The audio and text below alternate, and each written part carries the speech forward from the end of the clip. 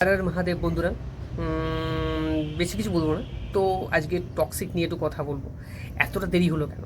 এতটা দেরি হওয়ার কারণটা সেটা আমি সবার রিয়াকশানটা নোট করছিলাম।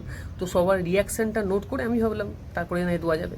তো লেডিস অ্যান্ড লেডিস টক্সিকের প্রথম শুরু হলো। তা প্রথমেই শুরু মানে টিজারের প্রথমেই বলে দিয়েছে, এতটা অ্যালার্টমেন্ট দিয়ে বলেছে যে বাচ্চাদের দূরে রাখো, বাচ্চাদের মা বাবা তাদের বাচ্চাদের দূরে রাখো, বাচ্চাদের মা বাবার মা বাবা তাদের বাচ্চাদের দূরে রাখো।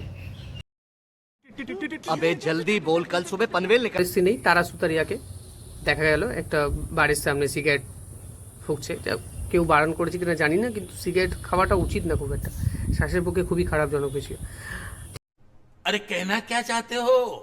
किताबें सर, बुक्स। ঠিক আছে, আসল স্টোরি লাইনে আমি চলে আসি। তো তারপরে সিনেই আবার হুমা কুরেশিকে একটা ব্ল্যাক বোল্ড লুকে দেখানো হয়েছে। তারপরে তারপরেই হুমা কুরেশিকে মনে হচ্ছে, দেখে মনে হলো যেন কিছু পাওয়ার আশায় পাইনি বা পাওয়ার চেষ্টা, এরম কিছু একটা।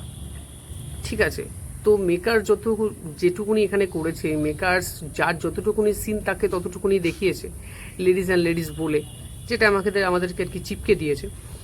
যাই হোক, লোকে কি বললো অত ভেবে লাভ নেই। সিন যার যেরকম দরকার সেরকমই হয়তো বোঝানোর চেষ্টা করেছে আমাদেরকে, আমরা হয়তো বুঝতে ভুল করছি। ঠিক আছে, লেডিস অ্যান্ড লেডিস বলেই আমাদেরকে দেখিয়েছে। তো মেকার্স এখানে কি করেছে, মেকার্স এখানে যার যতটুকুনি সিন তাকে সেইটুকুনি সিন দিয়েছে। কারোর হয়তো 2 সেকেন্ডের জন্য দরকার, কারোর 3 সেকেন্ডের জন্য দরকার। লেডিস অ্যান্ড লেডিস বলে চিপকেছে, লেডিসদের মারপিট মানে অ্যাকশানও দেখিয়েছে ইয়াস ভাইয়ের সঙ্গে। ঠিক আছে, সেসব আমি সবই পজিটিভ হিসাবে নিচ্ছি, কেননা খারাপটা নেওয়া যায় না, ভালো হিসাবেই নেওয়া উচিত। কেননা এত বড় স্কেলের একটা বই আসছে, আর ইয়াস ভাইয়ের বই আসছে, যেহেতু ইয়াস স্যারের বই আশা করি হয়তো প্রথমে আমাদের খারাপ লাগতেও পারে। ঠিক আছে, এটা আমরা কেজিএফের সময় দেখেছি, কেজিএফের স্টোরিও এরম হয়েছে মায়ের সাথে। ঠিক আছে, তো সেটা নিয়ে আমাদের অতটা নেই। হ্যাঁ, একটু খারাপের দিক যদি আমি এবার বলা যায়, খারাপের দিক যতটুকুনি মানে আমাদের মধ্যে আমরা করতে চাইছি, খারাপ সেই একই টিপিক্যাল ডায়লগ, একা একা এসো না, সবাই মিলে এসো। এই সেই 80s বই, যেহেতু 80s মানে 80s মানে 80 দশকের সিন আর কি করেছে, যেহেতু বইটা তখনকার বই হিসাবে আমাদেরকে দেখাতে চাইছে, হয়তো তখনকার জন্যই হয়তো এবার 80 দশকের হয়তো বই, তাই জন্যই হয়তো আমাদেরকে সেই হিসাবেই দেখাতে চাইছে, যে সেই হিসাবেই সেই ডায়লগ হয়তো দেখাতে চাইছে। এখন বোঝা যাচ্ছে না, কিন্তু এটা তো আমাদের কাছে খারাপ লাগলো, সেই একই ডায়লগ, এসো একা এসো, একা আসবে নাকি না সবাই মিলে এসো, একা আসলে সময় যাবে, এগুলো কি ডায়লগ বুঝতে পারছি না। যাই হোক, এটা আমাদের তো ভেবে লাভও নেই। দ্বিতীয় কথা হচ্ছে, সেই একই সার্কাসওয়ালা সিন, ঠিক আছে, কিন্তু ইয়াস ভাইকে মানে একদম লেডিস অ্যান্ড লেডিস আপনারা বলে শুরু করলেন, এত অ্যালার্টমেন্ট দিলেন, কি থাকলো বোঝা গেল না।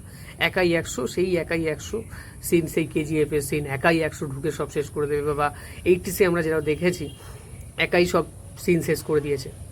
এতটা বোল্ডনেস, এতটা অ্যাডাল্ট যদিও দেখালো, আশা করি মুভি না আসা পর্যন্ত কিছু বলা যাচ্ছে না। টিজারটা মোটামুটি ভালোই হয়েছে, খারাপ নয়, খুব একটা খারাপ তো বিষয় আমরা দেখতে পেলাম না, আমি তো দেখতে পেলাম না।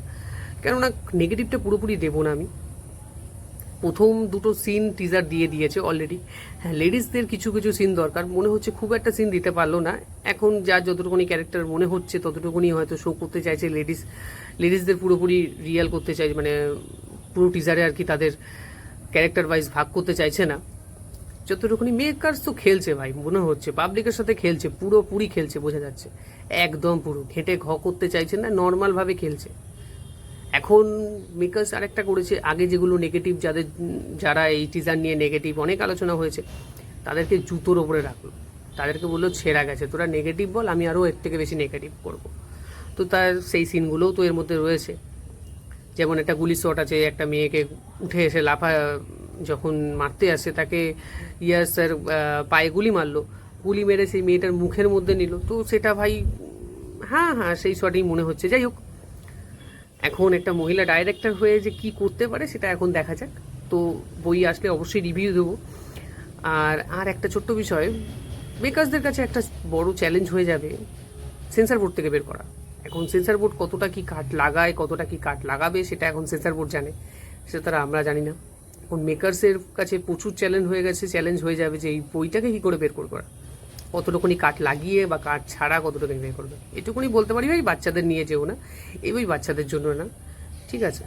কর্নার সিট নিতে পারো তোমরা, তোমাদের ব্যক্তিগত ব্যাপার, কর্নার সিট নিলে মজা পাবে, কিন্তু বইটা এনজয় হবে না, এই হচ্ছে কথা।